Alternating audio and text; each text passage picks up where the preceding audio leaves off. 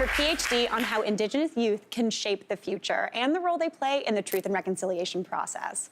From Abmehtoong First Nation, please welcome Anishinaabe scholar, writer, public speaker, and researcher, Riley Yesno. Hello, Riley.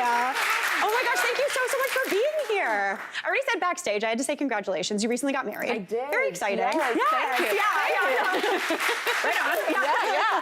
I'm pro that as well. Yes, yeah, very pumped about it. Now, Riley, I understand you originally moved to Toronto at 18 to do your BA in Political Science and Indigenous Studies. Yes. You're now doing your PhD at the University of Toronto. Yeah. That's absolutely amazing. You're still doing that in poli-sci and Indigenous Studies? Yeah. So like technically Canadian politics is like the overarching field, but then within that, like Indigenous studies is its whole world. Yeah. So that's where I can talk to you about the Constitution and federalism and all those boring things, but Indigenous politics is what I'm into, yeah. That's amazing. Oh my gosh, that's fantastic. Now, you've been working on your thesis, and in your thesis, you've been really kind of digging into Indigenous youth in the movement of truth and reconciliation and in the push towards truth and reconciliation. Yeah. So what do you think that role is? Why do you think youths are so important in that? Yeah. Well, I mean, there's a couple of things. Like, one, I think that reconciliation, truth and reconciliation is a generational project. Yeah. So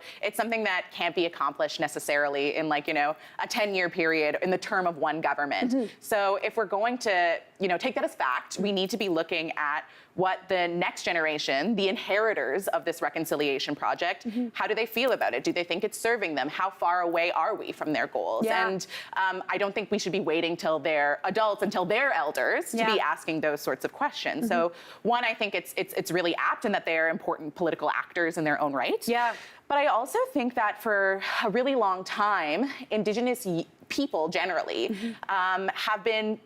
have had very few opportunities to really dream about the future. Yeah. Like, we spend so much of our time just trying to survive, grieving, dealing with, the many complications that come with living through ongoing colonialism. And I often tell the story of like one time when I was at Parliament and I was asked what do I think is the dream for Indigenous youth? And I knew, I come from a community that doesn't have clean water, that has like poor infrastructure, all of these things. And so I started making a list. And then I took a step back and I was like, is my dream for Indigenous youth really that they have clean water? Yeah. Is my dream that they can go to school? Like I think in many cases have been taught that our wildest dreams are actually what are already many Canadians' expectations. Yeah, exactly, baseline. And so I decided with my study of youth that I was going to pivot because it was young people that inspired me to think bigger than that like picked me up, dusted me off, and were like, no, we are going revolution. And I was like, okay, let's do that. Yeah. So part of it is just that I think I personally find it so inspiring and it fills my cup, but also I think that this is where as a country we need to be looking beyond just like, we've got to eliminate racism. We've got to, learn more, but we also have to think about what does it mean to build a whole new society that is fundamentally different than the one we live in now. And I don't think anyone's better to do that than youth. 100%. And I think so much of politics and how we kind of move forward is based on older generations making those decisions, and who better to talk to than the people who are actually going to be living in those things with those changes. Totally. Oh my gosh, that's absolutely amazing. Thank you. Now, in your research, it's related a lot to also the landback movement, which is essentially like, correct me if I'm wrong, a movement that really focuses on self-determination of Indigenous peoples and kind of a reestablishment of Indigenous sovereignty over the land. Right? So what is it that your studies have kind of like dug into in that realm? Yeah, so I came into this because like if young people, one of the questions I asked with my thesis is, okay, if it's not reconciliation, then what is it? And landback kept coming up again and again as something that youth seem to be, in many cases, a lot more drawn to.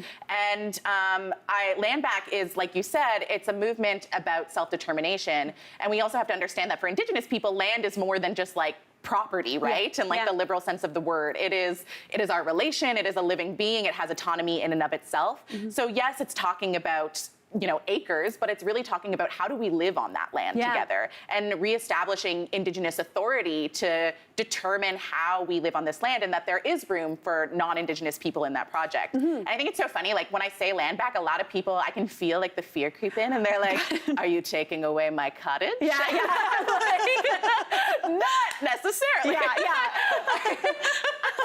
And I think like this is one of the really many tricks that colonialism plays on us, right? Is that we think that the only way to attain and to keep power is through violence. Yeah. Because that's what colonialism did. And it's very telling that people think if we had any more power than we did, we would do to others what was done to us. Yeah. And that has never been the vision that Indigenous people have had. If you learn about Two-Row Wampum's earliest settler relations, there was always room for being able to live together in peace and friendship and harmony. And so I think landback is also about going back to that vision and trying to build it today. Yeah, looking at it from a lens that isn't a colonial lens. Yeah. Yeah, Totally. yeah, that's absolutely amazing. Now, you are so incredibly active in the realms of politics, not just in the House of Commons, not just in kind of more traditional kind of news, television shows and things like that, but you do podcasts, you do so much on social media. Do you think social media is a really useful tool for Indigenous youth and youth in general, trying to kind of push this forward? Yeah, totally. I mean, I think that, for example, like if folks remember from the 2010, 2012 I Don't Know More movement, that was a movement that is very much considered like the first social media thing. And it happened with like these 4 women in Saskatchewan who created like a Facebook event. And we're like, we're going to have people come and it, you know, exploded into this like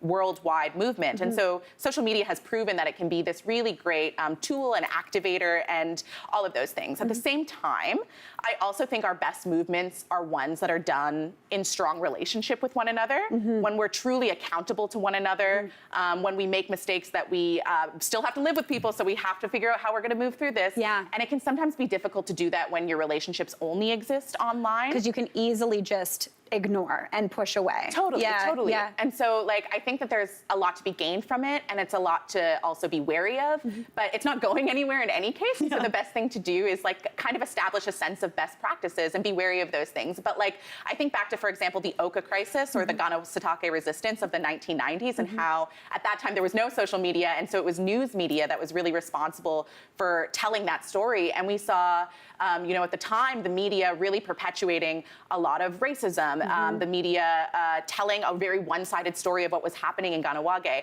And social media has given a tool for Indigenous people to counter that narrative, tell the story through their own voices. I know you're going to be talking to Tanya Talaga in a little bit here today. And like that's a perfect example of something that wouldn't have necessarily been possible in the 80s and 90s and is of a huge benefit to us. So on the whole, yeah, I think it's a positive thing. Good tool, not the only thing. Yeah, it needs to be placed in community, essentially. Totally. Yeah, that's amazing. Well, in addition to working on your PhD, you're also working on a book, correct? I am. And it's called The Reconciliation Generation, which is such a fantastic title. Tell us a little bit about the book. Yeah. So basically, the idea is to age myself or to date myself here. I was born in 1999. And nice. I know, old. The last residential school in Canada, right? It closed in 1996. Yeah. So my generation is the only generation to have certifiably never attended a residential school. And at the same time, we came up in a time of political consciousness with the Truth and Reconciliation Commission, with land acknowledgements, with orange shirts, with apologies. And so for my grandmother, who getting somebody to say sorry for what happened to her was a revolution, that has been my normal. And it has been Indigenous youth's normal. And so I think that when I'm saying, you know, where are they taking up the reconciliation project going forward, I think the site of struggle has shifted a little bit. So now, while recognition might have been the first step and a big step and an important one, Indigenous youth are moving towards, okay, we can do the land acknowledgement. When are we going to talk about land back? Yeah. And moving towards that material piece of the puzzle. And I think it's our obligation that we're really living up to as a young generation. So it's not to necessarily say that Indigenous youth who are, you know, disillusioned with reconciliation, that they are dismissive of the work that survivors did. Yeah. I, in fact, think that this is them honoring that work to the fullest extent that they can. Yeah. And so the reconciliation generation looks at that and thinks about, you know, what is it like to be a young person growing up in that climate that I just described, and what does that mean for us going forward? Yeah, that's absolutely amazing. Again, using that goal as of now a baseline to move off of and move up. That's amazing. Yeah. Riley, this was so fantastic. Best of luck with your PhD and your book. I can't wait to read it. Thank you so much for being here. What a delight. Hey, Mary here. What did you think? Drop your comments below and don't forget to like and subscribe for more of the good stuff.